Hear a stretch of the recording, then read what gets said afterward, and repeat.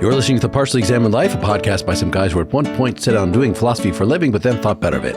Our question for episode 383 is still what holds a social group together, because we're still talking about Sigmund Freud's group psychology and the analysis of the ego from 1921. For more information about the text and the podcast, please see partiallyexaminedlife.com. This is Mark Linsenmeyer, glad to share my flowing locks among my united fandom in Madison, Wisconsin. This is Seth Paskin, reacting to the parasite with totemistic exogamy in Austin, Texas. This is Wes Allwan, nursing an object cathexis of the aniclitic type in Cambridge, Massachusetts. This is Dylan Casey, hypnotized in Madison, Wisconsin. So I think we got through about chapter 7. Is that right? Identification, or was there more from chapter 7? So there's identification between peers and groups. I mean, we've alluded to that. Have we really hit that? I mean, let's give the Freudian explanation for that. So we have made of the leader, or the leading idea, but usually a person, our common object. And I don't think he actually says this in this section, but maybe it's from a later chapter. Initially, you might think that you would have jealousy regarding that central focus. And as we're going to get into this discussion, there's the idea of the primal family, the primal father, the first one who is the dictator overall. And, initially everybody, all the kids want to really relate to that exclusively, but because they are not allowed to, kill the younger brother, kill the younger siblings, then they displace that and they feel identification, they feel a bond with the other instead. Yeah. So I think overall, just to recap the chapter, right? He gives examples of many different types of identification. So it's a big concept. And the thing to keep in mind, it is the developmental process by which we build up the superego, by which we acquire values, and we identify with parents and cultural figures, teachers, authority figures, and then ultimately our peers, right? And it forms a big part of our character. So it's there in the Oedipus complex, where identification replaces a emotional, loving tie to a parent, or it kind of modifies it. We can't have the mother, so we identify with the father. It's there in neurosis, where we might imitate someone, right? So imitate a cough, the mother's cough, to be in a better position with relation to the father, if that's our love object, or imitating a symptom as a kind of regression. I think we covered that a little bit. And then we can identify with peers in groups, and that in terms of a shared emotion, in terms of a shared interest, and that interest could be the leader, it could be a leading idea. So the kind of similar positioning towards a leader or an idea can form the basis of camaraderie. So it just sounds like common sense. And then finally, it's there in depression. I think we talked about that. He thinks it might be a basis for homosexuality. And then he ends by saying he's not going to, right, it's the basis of empathy. And we went into a lot of this in Shaler. But he says, well, that's the thing I'm precisely not really going to talk about. That's too big a subject. And that's the way he ends the chapter. So chapter 8, being in love and hypnosis. And I know hypnosis, it was a very popular thing at the time to be interested in, and it's one of the things that he finds fundamental. I found that the most tenditious, the maybe least helpful, but the being in love thing is central, right? And it actually seems like, and Freud points this out later, that being in love seems like a different thing. It's a counter pull to our being as social entities, because being in love really is about fixating on one other person, which you want privacy, actually. You don't want random people crowding in on this. So it has to actually be, you have to regress, he says, to want to have sex in public or have group sex or something like that. You have to regress to this stage where your fixation was not on one person, but was sort of a general, I will get pleasure from whatever objects are around. I think it's worth starting here at the beginning of the chapter, because he makes an important point, which is he wants to distinguish adult affectionate sexual love from what he calls affectionate love. Right. You see this come apart in something like the Madonna whore complex. He makes this distinction famously in these two papers he writes. One of them is called The Universal Tendency towards Debasement in the Sphere of Love, which he references in a footnote here. But some people, when they get to adulthood, they have trouble combining sex and love. And love is based on, he thinks, is modeled on this affectionate relationship we have to our parents, and we end up choosing partners who are evocative of qualities that might have been in our parents in some ways, or related to qualities in our parents. And that triggers the incest taboo. So it's hard to be sexually interested in someone if they're going to be triggering the incest taboo because we've chosen them for reasons of affection based on our parents. So developmentally integrating these two things, integrating the sexual and the affectionate currents to whatever degree we can, becomes important to people's happiness. So some people have psychological problems with enjoying sex, impotence, for instance, that's not physiologically based, that Freud thinks is sourced in this problem of not being able to integrate the sexual and the affectionate. And then being in love critically involves this integration. So when we're in that kind of subjective state, very intense state of being in love, it's integrated. We have sexual feelings, we have affectionate feelings, and then we add to that this element of idealization to the point where, right, we might idealize someone to the point where we are willing to sacrifice ourselves, where we're willing to commit crimes to override our conscience, and generally to the point where we're not putting as much energy, we're not as self-interested. But I think the idealization here is more important, the idea of overriding the conscience, because this becomes the basis for the idea that in a group, our love, right, the leader or the leading idea can replace the superego, essentially, can replace our conscience. Why is it disintegrating? I mean, you said in extreme circumstances, right, you've satisfied the love object for your superego, for your entire conscience. And so, if you've hooked yourself to somebody who's fundamentally messed up, then you go out and you have a crime spree together. They say, oh, I need diamonds. And you go steal diamonds, whatever the thing is. But that's not the norm. So you're saying, but then in any love is somehow disintegrative of what? Of moral conscience? No, not any love. I mean, I don't think he thinks that any love is, he just thinks there's always the possibility and the tendency. So someone, right, in chivalrous romance, so there's the self-sacrifice part, chivalrous romance, right? There's a whole tradition of that. The idea of sacrificing oneself, being in service of the fair maiden, having an abject attitude, I'm not worthy, just worship.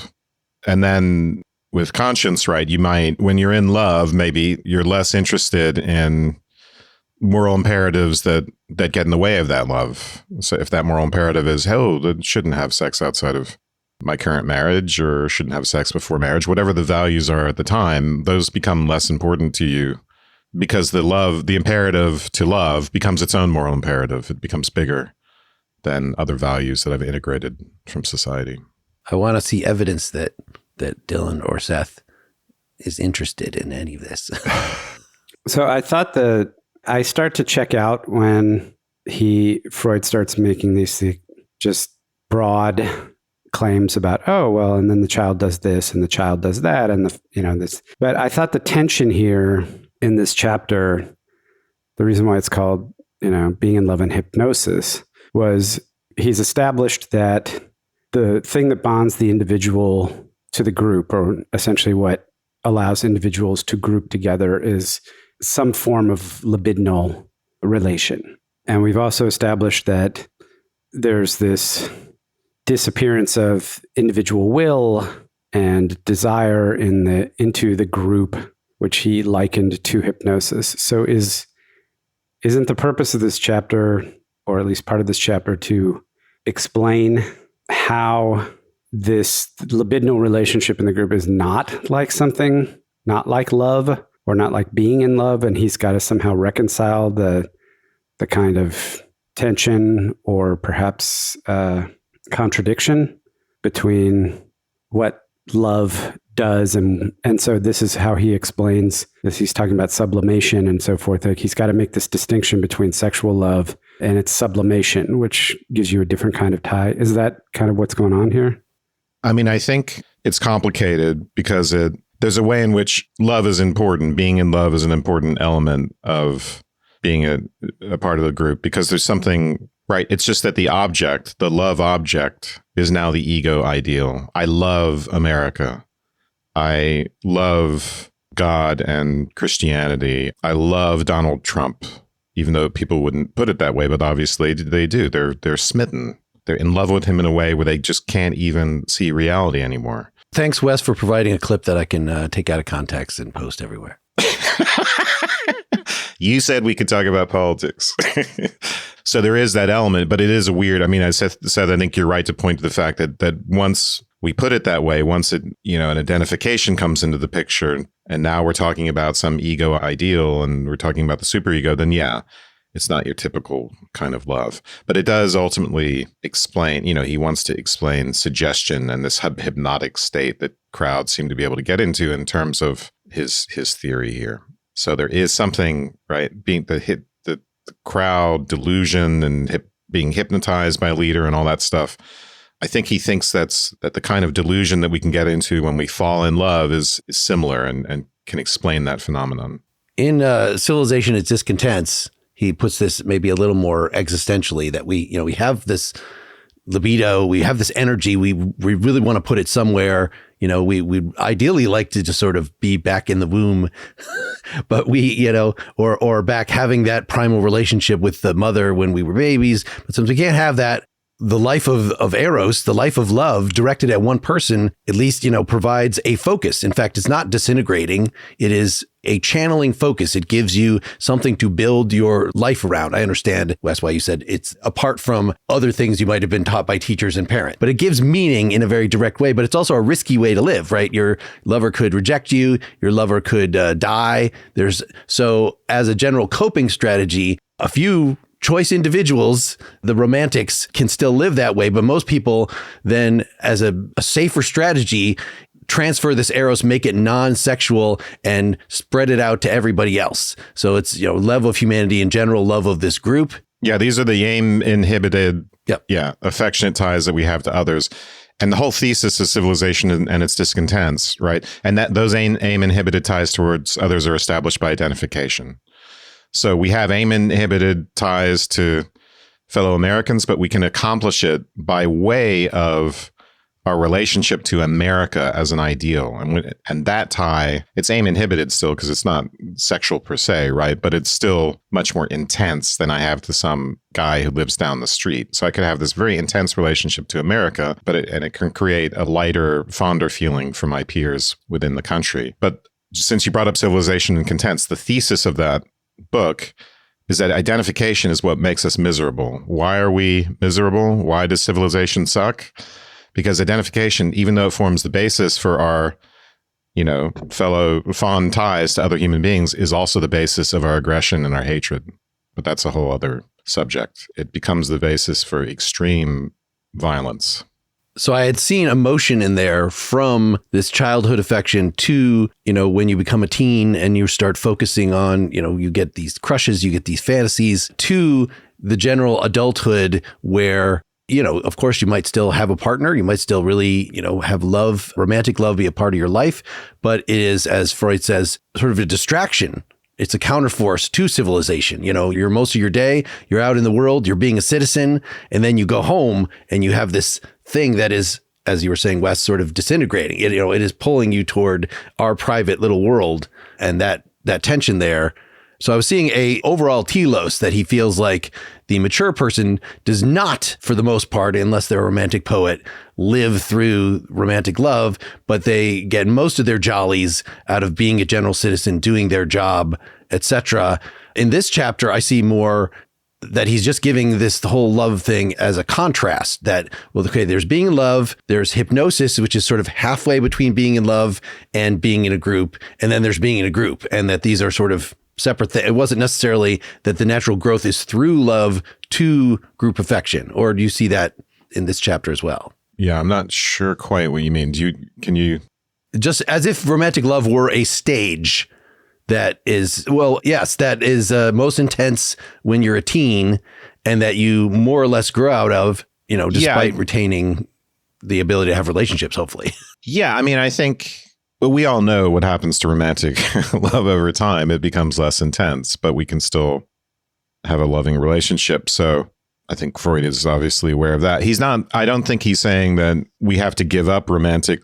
So patients come in for two of the big reasons patients to go see psychoanalysts is love and work. And analysts are supposed to help them have better love relationships and a better relationship to their own creative life, to getting satisfaction out of work. So it's not just all about sublimation into work. It's also those relationships are important, and romantic love remains important for a person's whole life. Is it that intense being in love feeling forever? Probably not, but it's still romantic love. And it's still important that people integrate the sexual and the affectionate ties, as he calls it, lines of, as he calls them. So to be able to respect and love one's partner, but also stay sexually interested in them, that's becomes a task in a relationship. And Freud thinks, that doesn't go away. It's important to people's happiness throughout their life. Do we agree with his characterization of at least the mature approach to sex as really being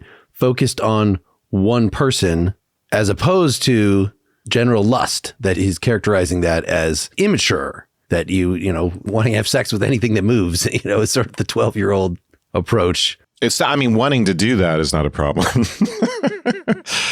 Wanting something is not people are lustful. So there's part of this that is about talking about the capabilities or sort of the ways in which we're wired, and then how that builds our psychology, and then how that's laid out in terms, when you use a word like maturity, like how does that line up from something that's unhealthy or pathological or bad for ourselves and other people, up to things that are, what does good look like? What does flourishing look like? And I find that, like, sort of the distinctions between those things and the examples and analogies, I find myself trying to grip onto what is it that I'm using to sort of think through the different situations. And so we've been talking about, libidinal energy is our general sort of outward action to be attracted to something or to go want to get something. And we have these energies to become, you could talk about romantic love or being preoccupied with something or obsessed with something. That's definitely a capability that we have. And I'm understanding that all of that's libidinal energy. So when someone is obsessed with another person, like romantically, or whether you're obsessed with calculus, exactly. That was exactly on my mind, because I've been listening to biographies of Isaac Newton and Richard Feynman, and there's lots of cases of, I worked for 16 hours straight on this problem, right? Or 3, 4, or 5 days. That's the same stuff, and that makes sense to me. That's all. That's the part about Eros and Plato's identification of it, and thumos, as we talked about before, as being that directional energy that you're able to sort of. But then it becomes part of how you identify yourself, right? And that part seems to be the part where I'm not sure how to continue to think through it from Freud's perspective. Is there's the positive aspect of identification that's going on. And then there's also, once you make an identification, there's also a cost of stopping to identify yourself that way, right? So that power. Stopping to identify yourself what way? So if you say, once you commit to saying, and you've fallen in love, and now part of the problem with breaking up can be that you lose the identification of being the person who loves that thing. And so, like, if you are dedicated strongly to a political position, and it's not just about loving, I love Donald Trump. But that's not all that's going on there, right? It's also a self-identification as a person who is a member of that group. And then, especially if you are super strongly dedicated to it, and then you fall out of that. It's over having a faith even, right? Having a faith, having a crisis of faith.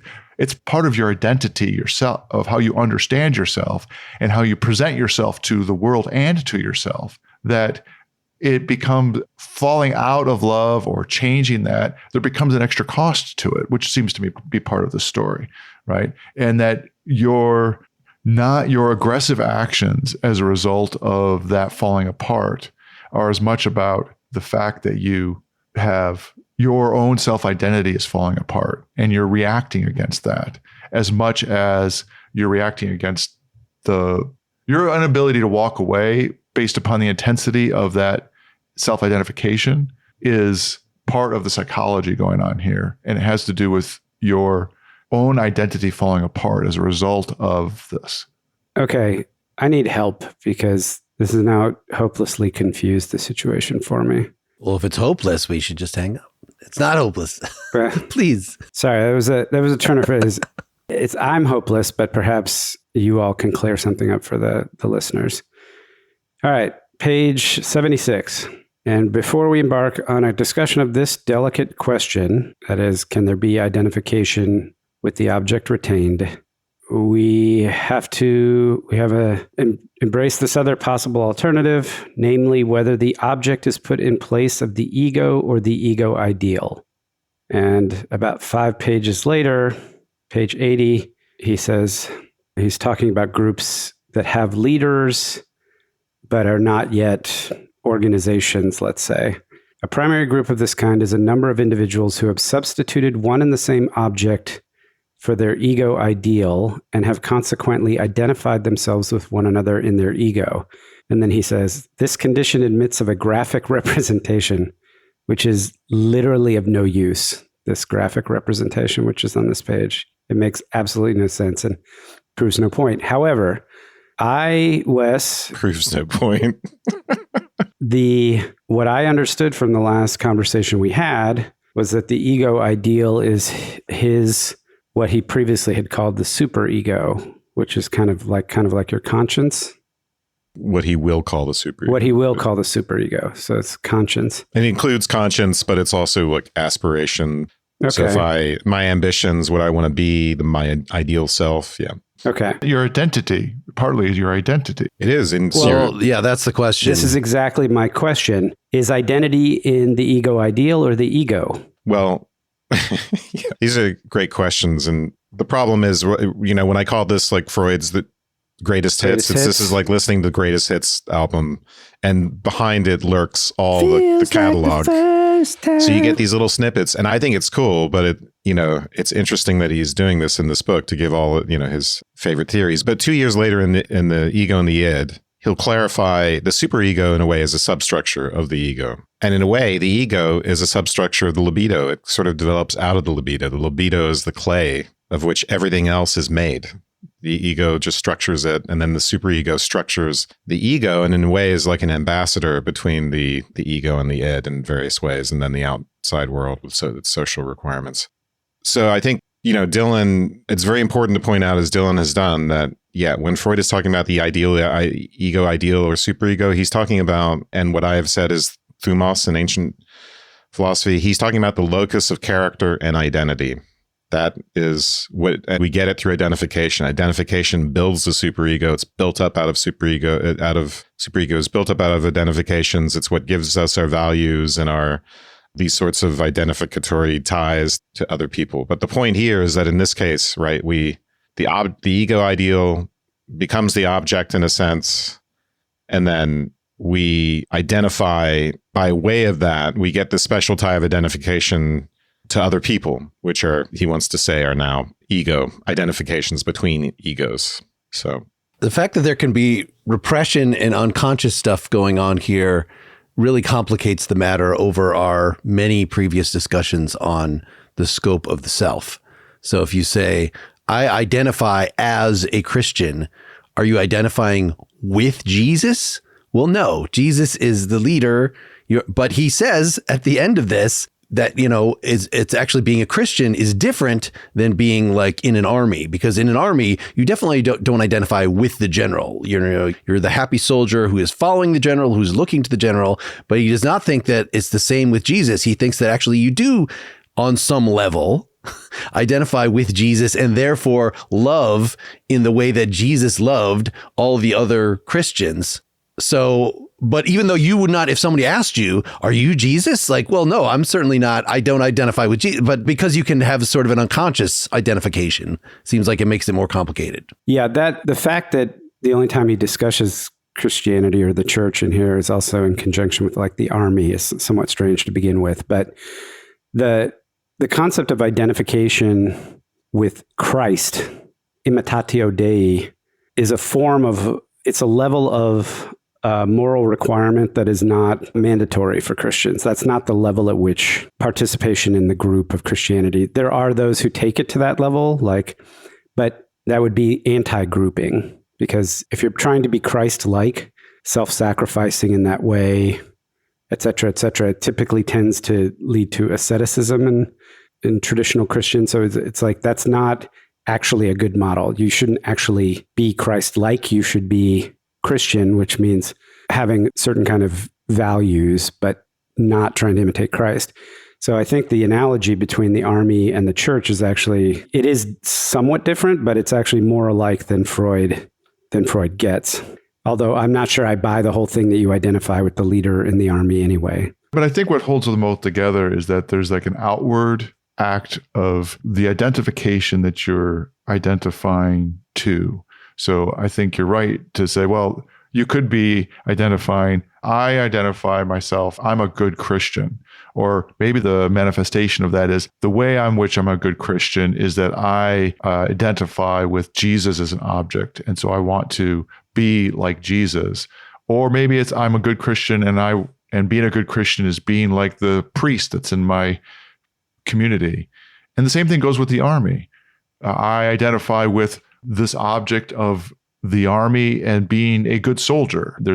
I have that, or maybe that being a good soldier is wanting to be like the general. But all of those seems to me, they're all very similarly outward. I'm taking on, in the way Freud's talking about it, I'm taking on an object that I am using to identify with. And then there's the act of self-understanding is I am a person who is a good Christian, and how I understand myself is as that, which is a recursive relationship in sort of the wholeness of your own character. So just to make a quick point, we're now talking about pages 110 to 111, where he addresses this all explicitly. And he says he becomes ridiculous if he tries to identify himself with the general. He says so the identification is not with the general. He thinks Christianity is unique in that it calls upon Christians to identify with Christ. But in the end, he'll say on page 11, that's not necessary to the constitution of the Christian group. It's a tall order. Let me throw out another example, because I just kind of want to stop us to just talk about what it is to compose a self, as we've talked about in other episodes and as what Freud adds to that. So when you add the calisthenics that are involved in mourning, so I have lost my beloved and I become depressed, and his analysis of that is I have taken the beloved into myself and I'm saying, fuck you, beloved, but I'm actually saying it to myself because I'm identifying. I don't know that I'm identifying with the beloved. I would never say fuck you to the beloved. It's my unworthiness, that my loss, I'm my self-torture because I have made this identification that is not part of my self-understanding whatsoever. And so this is much different than some of the past, when we've talked about identifying yourself as, Dylan, as you were saying, identifying myself as the person who loves this. And now, because I don't no longer have that thing, now I don't know what to do, right? When you add unconscious stuff to identification, it adds a whole new dimension that makes it very difficult to untangle what we are considering part of the self. I took them to be the same thing, just so that you might not be in the unconscious. You might not consciously understand yourself as holding that as part of your self-definition.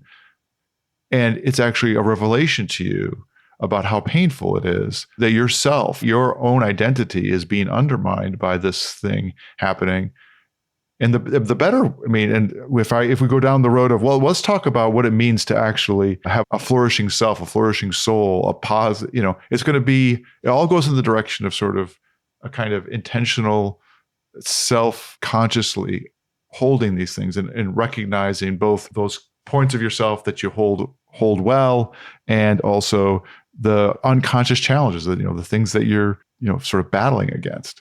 To me, it's another dimension, certainly, to have the unconscious be part of this, but it's not different. Well, I feel like you've added even another dimension that's not Freudian in the way that we could hold identifications that we don't realize that we hold identifications, that you could take for granted that you are an American. You don't feel particularly American, but then you spend time in another country and you're like, oh, I had this common language and things, and I didn't realize I was so identified in this way. So you don't miss something until it's gone. Also, so there could be part about, Yes. For sure. But also just to add to that, if you go to another country and you're dealing with someone from another country who's shitting all over America, for instance, I don't know if you've had this experience, and you never thought of yourself as patriotic, and you yourself have criticized America many times, but you find you're hackles being raised a little bit. Were you just thinking of the same Yeah, weird word as I was?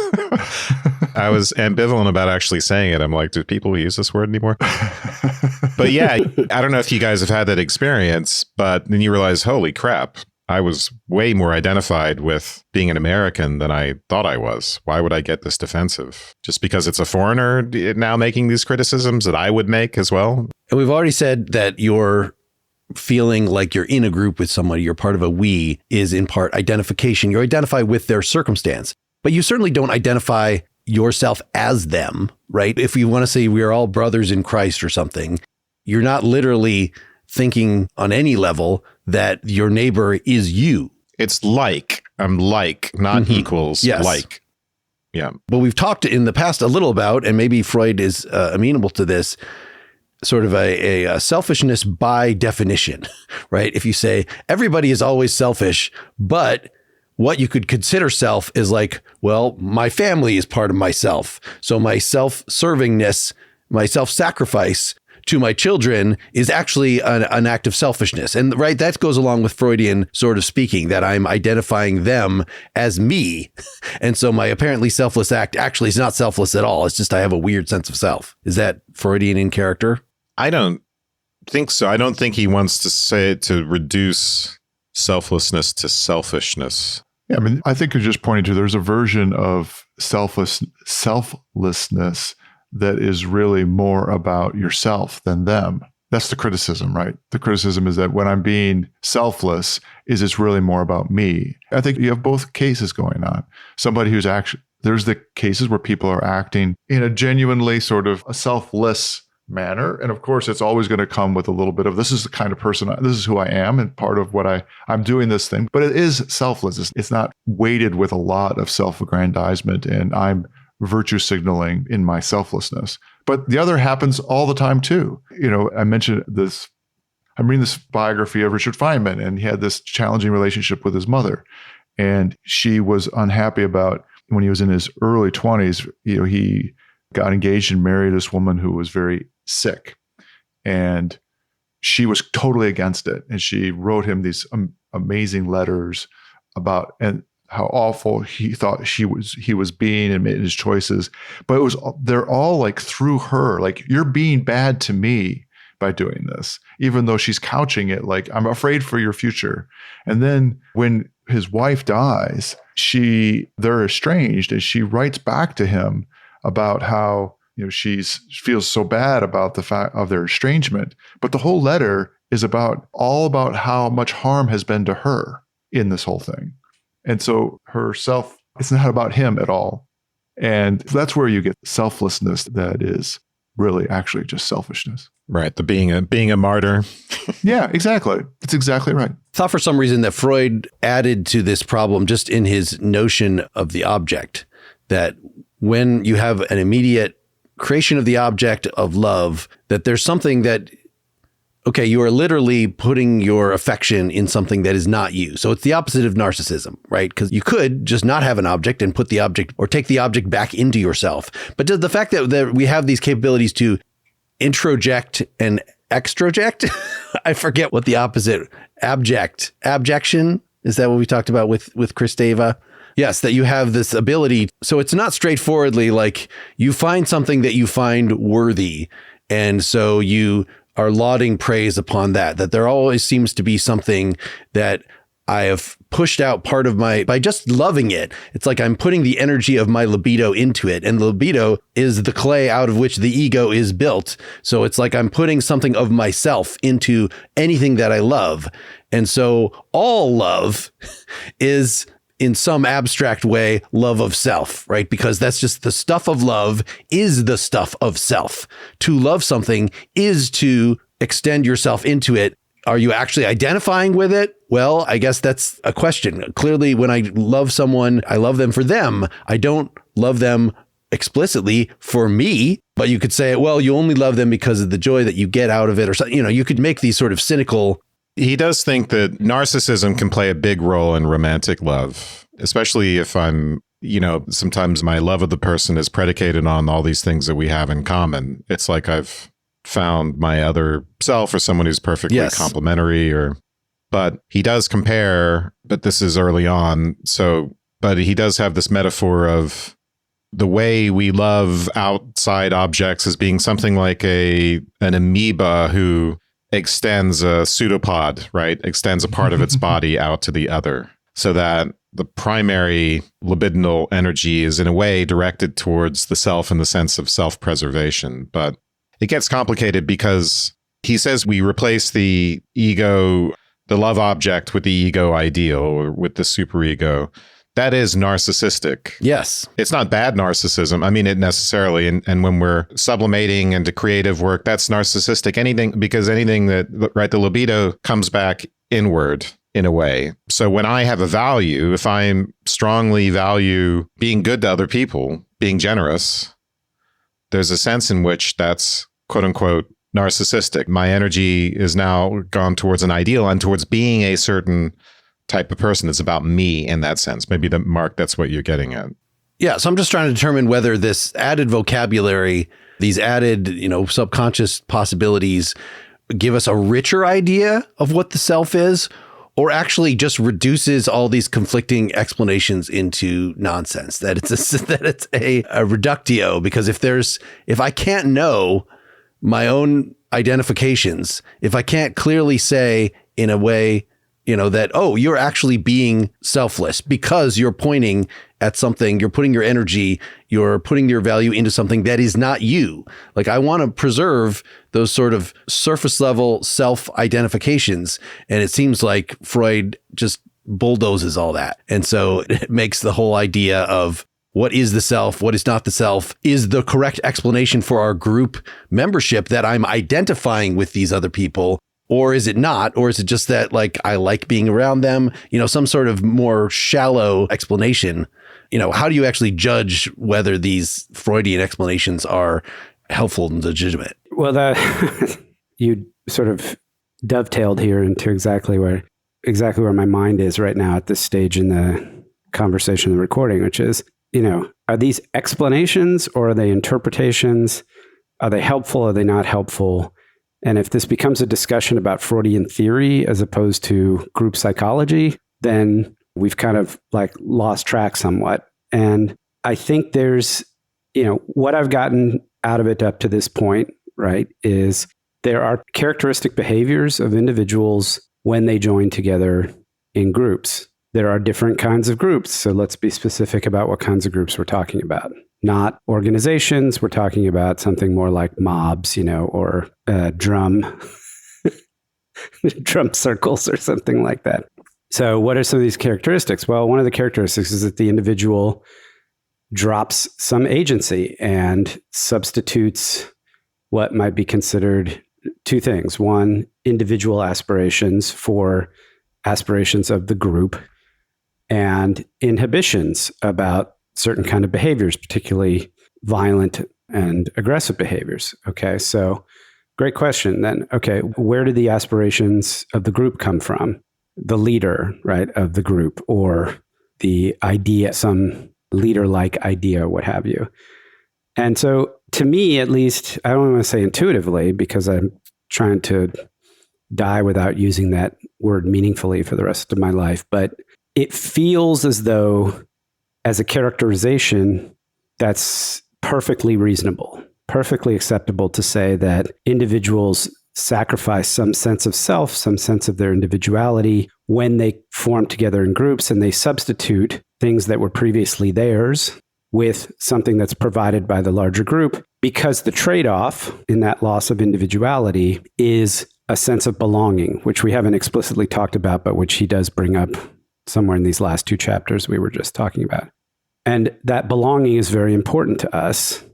And then the question becomes, okay, if all that mechanism seems descriptively correct, or at least interpretively reasonable, then, okay, what is the mechanism by which that all works or takes place? Then we start talking about love relationships and trying to explain, why would somebody sacrifice the one-on-one sexual or hypnotic relationship in exchange for the sublimated libidinal group relationship, or Why is it more powerful? Maybe even, or is it even more powerful? Is there really even a trade-off here that it's just, this is just a continuum that he's using descriptively and so forth. And then at that point, for me anyway, it's like, do I want to try to learn enough about the Freudian theories and the Freudian structures in order to be able to kind of tease out the nuances? Or do I want to let the characterization sit and say, yeah, I'm not sure psychologically how this all takes place, but I don't need to know that in order to be able to agree with the characterization unless I want to do some kind of an intervention.